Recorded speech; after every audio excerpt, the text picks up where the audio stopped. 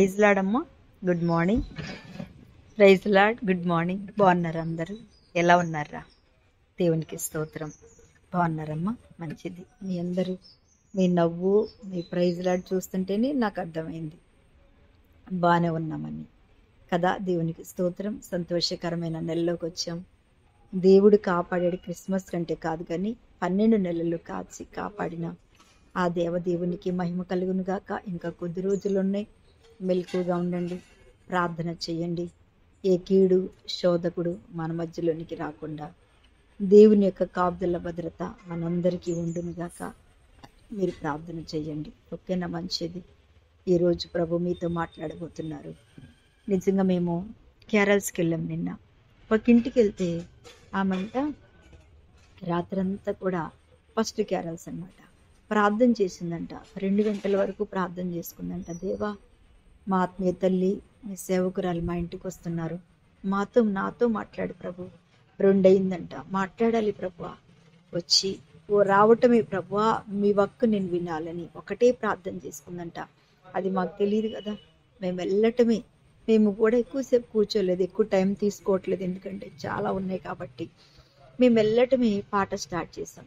పాట స్టార్ట్ చేయగానే నా చేయి పట్టుకుని ఆమె తగిలిందంతే. పరిశుద్ధ ఆత్మతో నింపబడి చాలా నాతో వచ్చిన మా సహోదరులు మేము ఆమె పరిశుద్ధాత్మలో చాలా ఆనందించాం. పరిశుద్ధాత్మతో తాగుతుంది. వీళ్ళు కూడా నాట్యం చేస్తున్నారు, ఆమె భాషలతో మాట్లాడుతుంది. దేవుని బిడ్డలారా, నిజంగా దేవుని యొక్క సన్నిధి ఎలా ఉంది అంటే ఆమెతో దేవుడు మాట్లాడారు.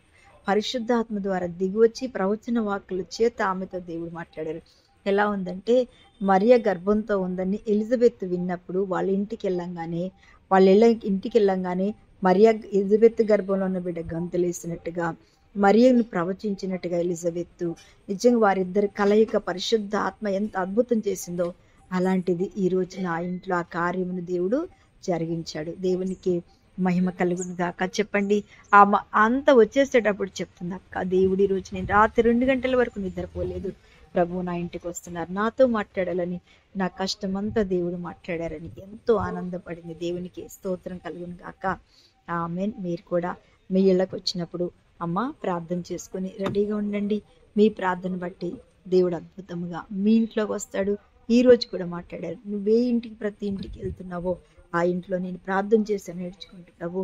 ఇది మొదలుకొని ఏ గృహంలోకి వెళ్ళినా మీరు మాకంటే ముందుగా గృహాన్ని దర్శించాలి, మీరు మాకంటే ముందుగా ఆ ఇంటిని దర్శించాలి, మీరు మాకంటే ముందుగా ఇంట్లో కార్యం చేయాలని అలాగే దేవుడు మాట్లాడి ఉన్నారు. ఆమేన్. దేవుడు నిజంగా దేవుడు మన ఇంటికి వస్తున్నాడు. ఆమేన్. హల్లెలూయా.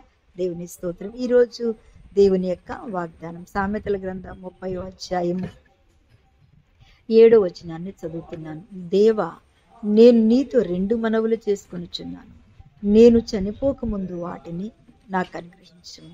వ్యర్థమైన వాటిని, అబద్ధములను నాకు దూరముగా ఉంచు. పేదరికమైనను ఐశ్వర్యమైనను నాకు దయచేయకము. ఎంత అద్భుతమైన ప్రార్థన అబ్బా!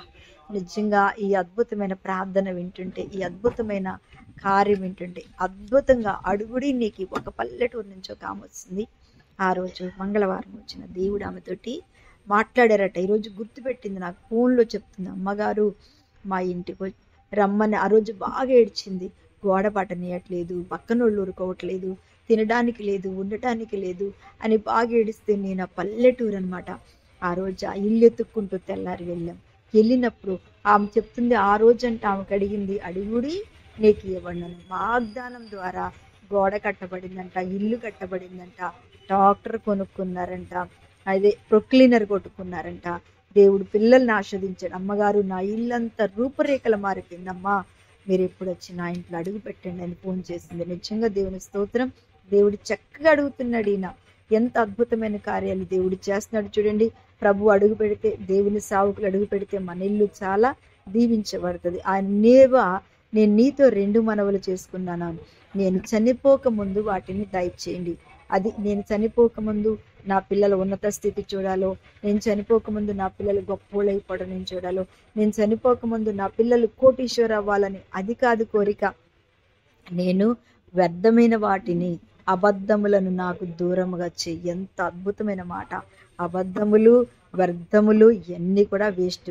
తర్వాత పేదరికమైనను ఐశ్వర్యమని నాకు ఇవ్వద్దు, ఎందుకంటే తగినంత ఆహారం నాకు దయచే. చూడండి ఎంత అద్భుతమైన కోరిక కదా దేవుని బిడ్డలారా. నువ్వేం కోరుకుంటున్నావు? పేదరికమైనను ఐశ్వర్యమని వద్దంట కదా. వద్దు. ఏంటంటే వీటి వల్ల నేను నిజంగా ఎంతటి అపాయమునకు గురవుతానో, ఎంత శోధనకి గురవుతానో.